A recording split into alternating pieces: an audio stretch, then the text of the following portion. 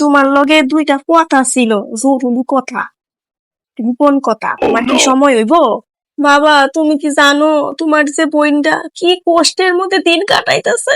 তুমি তো জানো না, তোমার বোনের জামাই মনে হয় এবার আর কোরবানিটা দিতে পারবো না।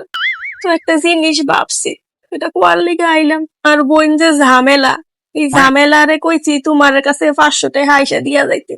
তুমি 500 টাকার বাকি টাকা লাগাইয়া তোমার বোনের একটা ভাগ দিও গরু। তোমার বোনের নামে একটা ভাগ দিও, আমার নামে একটা ভাগ দিও, বাকি ভাগ তোমার নামে দিও। আমি চাইতেছি এবার একটা আস্ত বড় দেখে একটা গরু কুরবানি দিবা। আস্ত গরু কোরবানি দিতে পারবা না, তোমার এত টাকা ম্যানেজ করতে কষ্ট হয়ে যেত। 10 মাস 10 দিন এই পেটের মধ্যে তোমারে ধরছিলাম, কত কষ্ট করছিলাম, কত টাকা তোমার জন্য ম্যানেজ করছিলাম। আর তুমি এখন একটা গরু দেওয়ার লেগে টাকা ম্যানেজ করতে পারবা না, তোমার বোনের নামে একটা ভাগ দিতে পারবা না।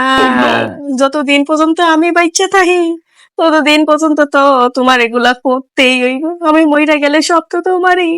যেমনিই হোক আমার কষ্ট হইলেও আমি ম্যানেজ করতাছি। আচ্ছা ঠিক আছে, এই না হইলে আমার ঝামেলারে তাইলে কয়ে দিতেছি যে ঝামেলারাও এবার আমাদের সাথে ভাগে আছে। শুনো পুত, তোমার বউরে কোয়ার দরকার নাই যে কে কত টাকা দিতেছে, এসব কোয়ার দরকার নেই, ঠিক আছে?